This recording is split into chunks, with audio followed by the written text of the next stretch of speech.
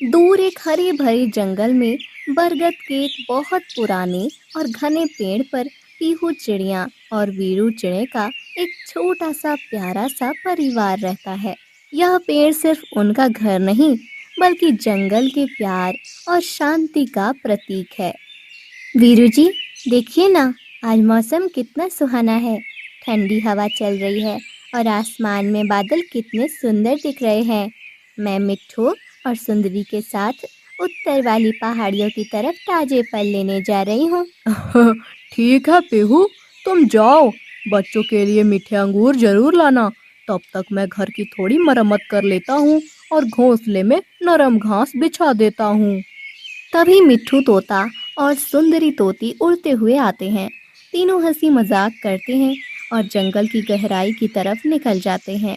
उन्हें अंदाजा भी नहीं था कि कोई उनकी खुशियों को नजर लगा रहा है।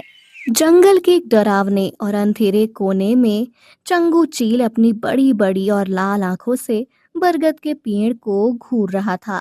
वह उस पेड़ की ऊंचाई से पूरे जंगल पर राज करना चाहता था। कालू, भूरा, कब तक तुम इन झाड़ियों में पड़े रहोगे? देखो उस बरगद के पेड़ को। वह पूरे इलाके का सबसे ऊंचा मुकाम है। आज पीहू बाहर गई है, मौका अच्छा है। जाओ और उस पेड़ को तहस नहस कर दो। वो इलाका हमारा होगा तो पूरा जंगल हमारे कदमों में होगा। सरदार, आप फिक्र न करें, बस देखते जाइए हम उस पेड़ का क्या हाल करते हैं। लेकिन सरदार, वीरू और पीहू ने हमारा क्या बिगाड़ा है? वह तो सबकी मदद करते हैं। चुप कर भूरा।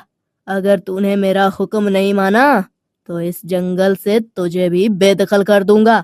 चंगू के डर से कालू और भूरा बरगद के पेड़ पर पहुंचती हैं। जी रुक जाइए, किसी का घर तोड़ना सबसे बड़ा पाप है। वीरू भाई का घोंसला मत उजाड़िए। हटो यहाँ से भोली, हमें इस चंगू सरदार का हुक्म मानना ही होगा। भूरा उसे डांट कर भगा देता है। कालू और भूरा मिलकर पेड़ की टहनियों को अपनी चोंच से काटने लगते हैं। वीरू उन्हें रोकने के लिए अकेले ही भिड़ जाता है। कालू भाई रुक जाओ, ये हमारा बरसों पुराना घर है। छोटे छोटे पक्षी कहाँ जाएंगे? दया करो। दया कमजोरों के लिए होती है वीरू। कालू जोर से वीरू को टक्कर मारता है। वीरू का संतुलन बिगड़ जाता है और वह ऊंचाई से सीधे जमीन पर गिर जाता है। उसके पंख में गहरी चोट आती है और वह बेहोश हो जाता है। कौवे घोंसले को पूरी तरह बर्बाद कर देते हैं। थोड़ी देर बाद पीहू, नीलू और लाली चिड़िया के साथ वापस आती है। नजारा देखकर उसके पैरों तले जमीन खिसक जाती है। वीरू जी, उठिए वीरू जी, ये क्या हो गया? हमारा सुंदर घर सब मिट्टी में मिल गया। मिट्ठू तोता वीरू की नब्ज चेक करता है। सुंदरी उसे पानी पिलाती है। पेहू, हमें वीरू को सुरक्षित जगह ले जाना होगा। चंगू यहाँ फिर हमला करेगा। ये घास फूस का घर उसे नहीं रोक पाएगा। नहीं, अब मैं रोऊंगी नहीं। अगर चंगू को लगता है कि वो हमें बेघर कर देगा, तो वो गलत है। अब मैं वीरू जी को इस कच्चे घोंसले में नहीं रखूंगी। मैं उनके लिए बांस का महल बनाऊंगी। लेकिन पीहू, हम छोटे पक्षी इतने भारी और सख्त बांस कैसे उठाएंगे? एक एक तिनका जोड़ने से घोंसला बनता है, तो हम सब मिलकर बांस भी जोड़ सकते हैं। एकता में ही शक्ति है।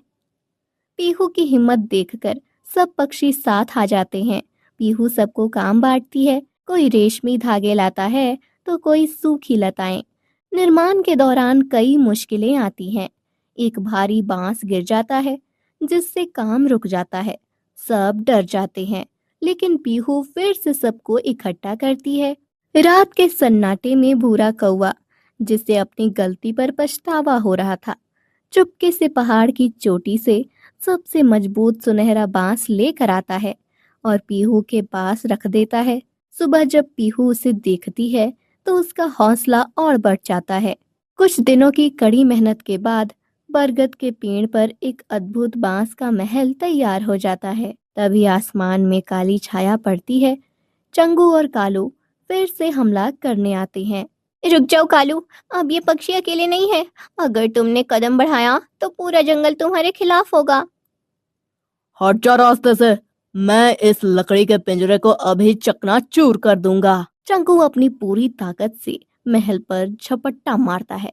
वो अपनी तेज चोंच मारता है, लेकिन बांस इतने सख्त और चिकने थे कि चंगू की चोंच फिसल जाती है और वह खुद जख्मी हो जाता है। ओह, मेरी चोंच! ये लकड़ी है या पत्थर? मेरी ताकत यहाँ काम नहीं कर रही।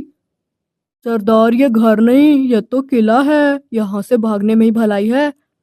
चंगू और कालू अपनी हार मानकर वहां से हमेशा के लिए भाग जाते हैं।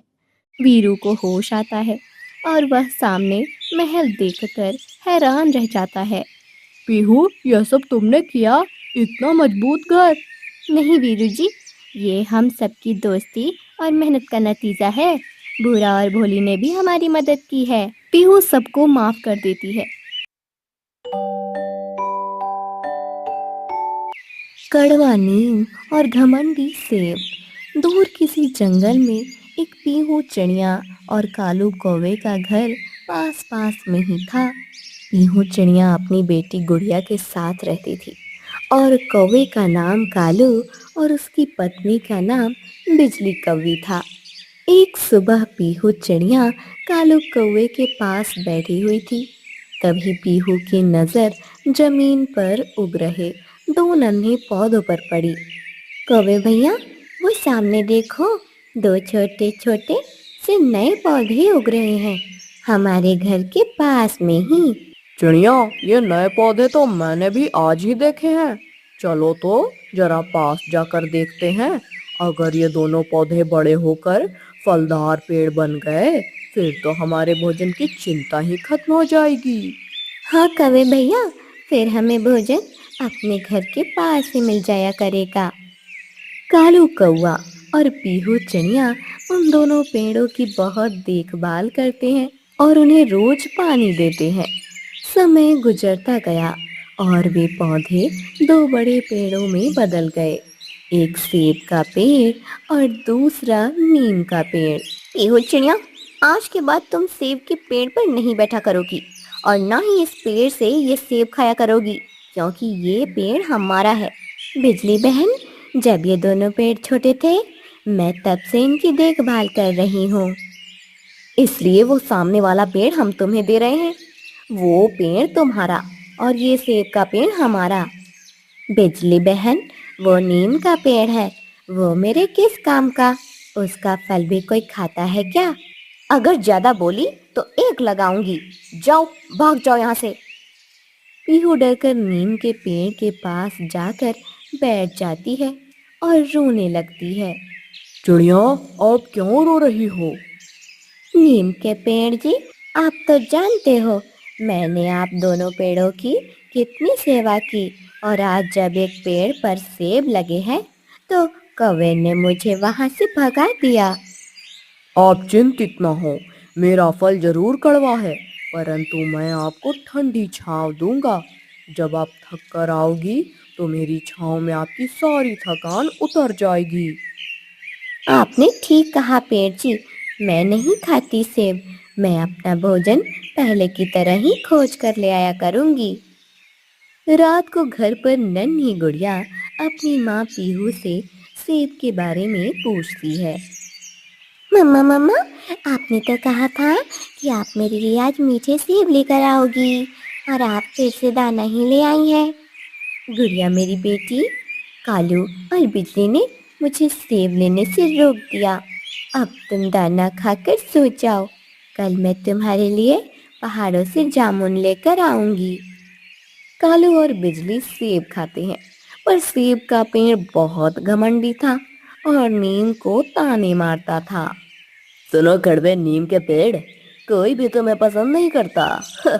तुम्हारा वजूद बेकार है, क्योंकि कोई भी पक्षी तुम्हारा फल नहीं खाएगा। दोस्त, हम पेड़ों से ही जंगल की रौनक है। अगर आप मीठे सेब देते हो तो मैं पक्षियों को ठंडा साया देता हूँ। फिर वही बात, इसके अलावा और है ही क्या तुम्हारे पास? अगले दिन घमंडी सेब का पेड़ कालू से एक अजीब फरमाइश करता है। कालू, जरा मेरी बात सुनो। मुझे इस नीम के पेड़ से नफरत है। क्या तुम इसे काट नहीं सकते? मुझे डर है कि इसके पास होने से मेरे फल भी कड़वे ना हो जाएं। पेड़ जी, अगर आपकी यही इच्छा है तो अभी काट देते हैं। कालू कुल्हाड़ी लेने जा ही रहा था कि जंगल के बीच उसे एक रहस्यमयी आवाज सुनाई देती है। कालू, जो बोगे वही काटोगे। आज शाम ढलने से पहले तुम्हें इसी नीम की शरण लेनी पड़ेगी। कौन है? अब सामने आओ, शायद मेरा वहम है। आह, इस नीम को तो मैं काट कर ही रहूंगा। कालू कुल्हाड़ी लेने जाने से पहले झरने पर पानी पीने रुकता है। तभी अचानक पहाड़ से एक पत्थर गिरता है और कालू के पंख पर लग जाता है। कालू घायल होकर तड़पने लगता है। मिट्ठू तोता उसे घर पहुंचाता है। हाय हाय, ये क्या हो गया मेरे कालू जी को? बिजली बहन, मिट्टू भैया ने मुझे बताया, इसलिए मैं उल्लू वैद्य जी को साथ ले आई हूँ। घाव गहरा है। अगर कोई नीम का पेड़ होता तो उसके पत्तों से कालू का दर्द रुक जाता, पर यहाँ नीम कहाँ है? नीम का पेड़ तो हमारे घर के पास ही है, जल्दी पत्ते लेकर आओ। लेकिन बिजली, किस मुंह से जाओगी? मैं तो उसे ही काटने जा रहा था। पीहू बहन, मुझे माफ कर दो और नीम के पत्ते ले आओ, वरना मैं मर जाऊंगा। पीहू नीम के पेड़ के पास जाती है और उसे सब बताती है। क्या मेरे पत्ते भी किसी के काम आ सकते हैं? हाँ पेड़ जी, बिजली और कालू अपनी गलती पर बहुत शर्मिंदा है। पीहू पत्ते लेकर जाती है और सेब का पेड़ भी ये सब देख रहा होता है। दोस्त नीम, मुझे माफ कर दो। मैं तुम्हें बेकार समझता था, पर तुम तो बहुत काम के हो। बस दोस्त, अब मुझे और तंग ना करना। मैंने नीम के पत्ते बांध दिए हैं। कालू अब जल्द ठीक हो जाएगा। कुछ दिन बाद कालू ठीक होकर उड़ने लगता है। अब कालू, बिजली और सेब का पेड़ सभी नीम से माफी मांगते हैं, क्योंकि उन्हें समझ आ गया था कि कोई भी चीज बेकार नहीं होती।